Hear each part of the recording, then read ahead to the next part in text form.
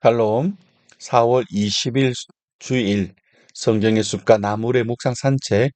오늘 본문은 누가복음 24장 1절에서 12절 말씀입니다. 함께 하실 묵상 포인트는 부활 사건은 우리의 삶과 믿음에 어떤 의미를 주는가라는 주제입니다. 예수님을 따르는 이들은 십자가 사건을 보고 큰 충격과 슬픔에 빠져 있었습니다. 그러나 그들에게 예상하지 못한 일이 일어납니다. 주님의 무덤이 비어 있었고 천사들은 그들에게 그가 살아나셨다는 소식을 전해 주었습니다. 예수님의 부활이 우리에게 어떤 소망과 믿음을 주는지 본문을 통하여 함께 살펴보겠습니다. 1절에서 3절입니다.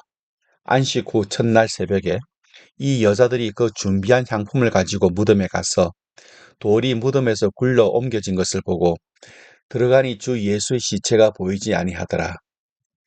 여인들은 안식일이 끝나자마자 향품을 사서 예수님의 무덤에 갔지만 그들이 맞닥뜨린 것은 굴러진 돌과 열린 입구, 시신 없는 빈 무덤이었습니다. 여인들은 당연히 시신을 동원당했다고 생각하여 근심을 합니다. 절망했을 것입니다. 하지만 빈 무덤이 아니고는 희망이 없습니다. 빈 무덤은 예수의 육체로의 부활을 입증하는 가장 중요한 증거 가운데 하나이기 때문입니다. 부활은 십자가의 죽음이 한 의인의 억울한 죽음이나 실패한 혁명가의 죽음이 아니라 온 세상의 구원을 가져오고 이 땅에 하나님의 나라를 임하게 하는 구속 사건임을 천명합니다. 따라서 부활신앙은 세상에서 주눅들지 않고 복음의 능력을 자랑하며 담대하고 거룩하게 살아갈 수 있게 하는 원동력이 됩니다. 4절에서 6절을 보시겠습니다. 이로 인하여 근심할 때에 문득 찬란한 옷을 입은 두 사람이 곁에 섰는지라. 여자들이 두려워 얼굴을 땅에 대니 두 사람이 이르되 어찌하여 살아있는 자를 죽은 자 가운데서 찾느냐. 여기 계시지 않고 살아나셨느니라. 갈릴리에 계실 때에 너희에게 어떻게 말씀하셨는지를 기억하라. 여인들의 근심과 슬픔은 오래가지 않아 두려움과 놀라움과 감격으로 변했습니다. 주의 천사가 등장하여 예수의 부활 소식을 전해 주었기 때문입니다. 십자가 이전에 예수님은 자신의 임박한 죽음과 부활을 예고하심으로 제자들을 준비시키셨습니다.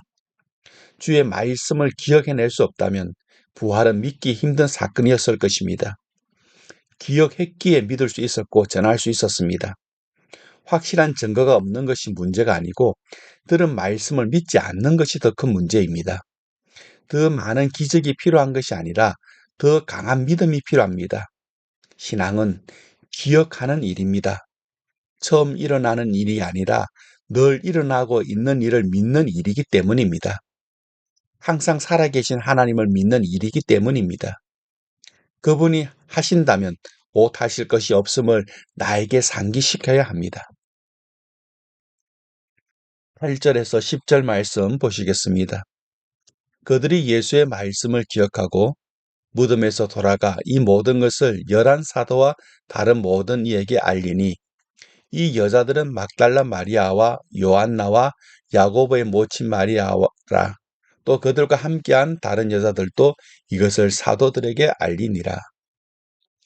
부활의 첫 증인은 놀랍게도 제자들이 아니라 여인들입니다.